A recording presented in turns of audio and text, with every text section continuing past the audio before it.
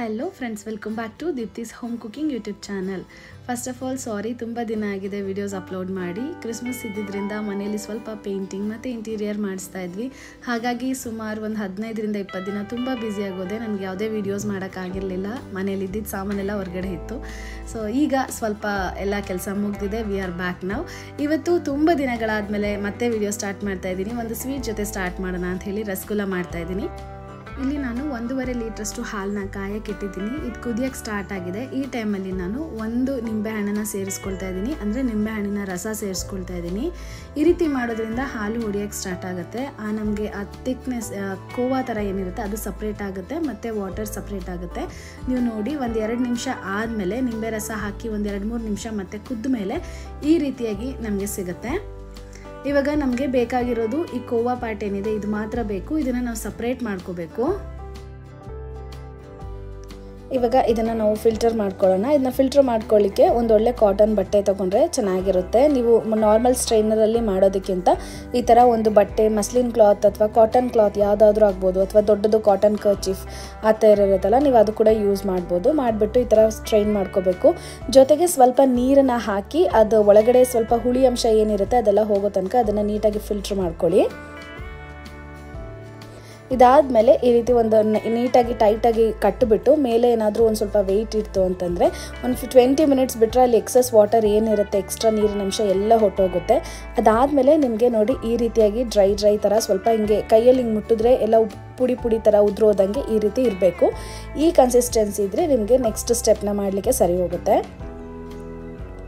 ಇದನ್ನು ನಾನು ಒಂದು ಪ್ಲೇಟಲ್ಲಿ ಇಟ್ಕೊಂಡಿದ್ದೀನಿ. ನಾವು ಬಟ್ಟೆ ಕಟ್ಟಿಟ್ಟಿರೋದ್ರಿಂದ ಒಳಗಡೆ ಸ್ವಲ್ಪ ಬಿಸಿ ಹಾಗೆ ಉಳ್ಕೊಂಡಿರುತ್ತೆ. ಹಾಗಾಗಿ ಪ್ಲೇಟಲ್ಲಿ ಹಾಕಿಬಿಟ್ಟು 1-2 ನಿಮಿಷ ಈ ಥರ ಅದನ್ನ ಸ್ಪ್ರೆಡ್ ಮಾಡಿಬಿಡಿ. ಆವಾಗ ಒಳಗಡೆ ಬಿಸಿ ಏನಿರುತ್ತೆ ಅದೆಲ್ಲ ಹೊಟ್ಟೋಗುತ್ತೆ.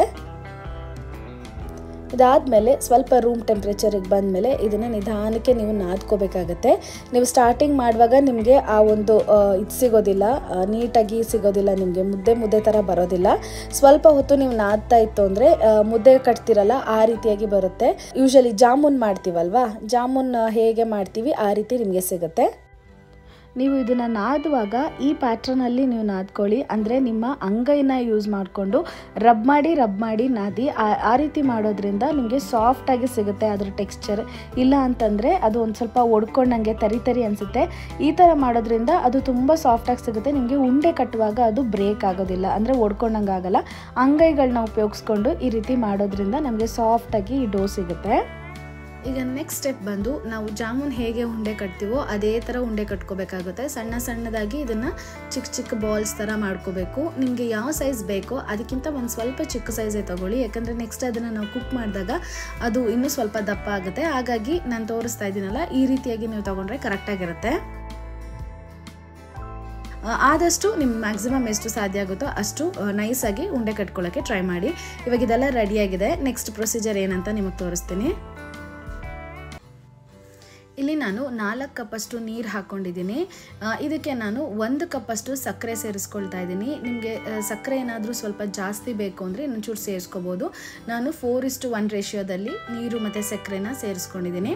ಇದಕ್ಕೆ ನಾನು 3 ಏಲಕ್ಕಿನ ಪುಡಿ ಮಾಡಿ ಹಾಕ್ಕೊಳ್ತಾ ಇದ್ದೀನಿ. ಇದರಲ್ಲಿ ನಾನು ಒಂದು ಮಿಸ್ಟೇಕ್ ಏನು ಮಾಡಿದೆ ಅಂತಂದರೆ, ನಾನು ಏಲಕ್ಕಿನ ಹಾಗೆ ಹಾಕ್ಬಿಟ್ಟೆ. ಆ ರೀತಿ ಆಗಿದ್ದರಿಂದ ನಾನು ಕುದಿಸುವಾಗ ಅದು ಸ್ವಲ್ಪ ನನಗೆ ಮೇಲೆ ಆ ಬ್ಲ್ಯಾಕ್ ಸ್ಪಾಟ್ಸ್ ಥರ ಸಿಕ್ತು. ನೀವೇನು ಮಾಡಿ ಅಂದರೆ ಏಲಕ್ಕಿನ ನೀವು ಪುಡಿ ಮಾಡಿ ಹಾಕ್ಕೊಳ್ಳಿ. ಆವಾಗ ನಿಮ್ಗೆ ಫ್ಲೇವರ್ ಮಾತ್ರ ಇರುತ್ತೆ, ಅದು ಕಾಣಿಸೋದಿಲ್ಲ, ಚೆನ್ನಾಗಿರುತ್ತೆ. ಸೊ ಇದು ಹಾಕ್ಬಿಟ್ಟು ಇದೊಂದು ಸ್ವಲ್ಪ ಕುದೀತಾ ಇದೆ, ಬಿಸಿ ಆಗ್ತಾ ಇದೆ ಅನ್ನುವಾಗ ನಾವೇನು ಬಾಲ್ಸ್ ಮಾಡ್ಕೊಂಡಿದ್ದೀವಿ ಅದನ್ನು ಇದರೊಳಗೆ ಹಾಕೋಬೇಕು. ನೀವು ನೋಡ್ತಾ ಇದ್ದೀರಲ್ಲ, ಎಲ್ಲೂ ಅದು ಬ್ರೇಕ್ ಆಗದೆ ಇಷ್ಟು ಚೆನ್ನಾಗಿ ಉಂಡೆ ಕಾಣಿಸ್ತಾ ಇದೆ. ಈ ರೀತಿಯಾಗಿ ಎಲ್ಲನೂ ಹಾಕ್ಬಿಟ್ಟು ಲಿಡ್ನ ಕ್ಲೋಸ್ ಮಾಡಿ ಒಂದು 20 to 30 ಮಿನಿಟ್ಸ್ ಇದನ್ನ ಕುಕ್ ಆಗಕ್ಕೆ ಬಿಡೋಣ.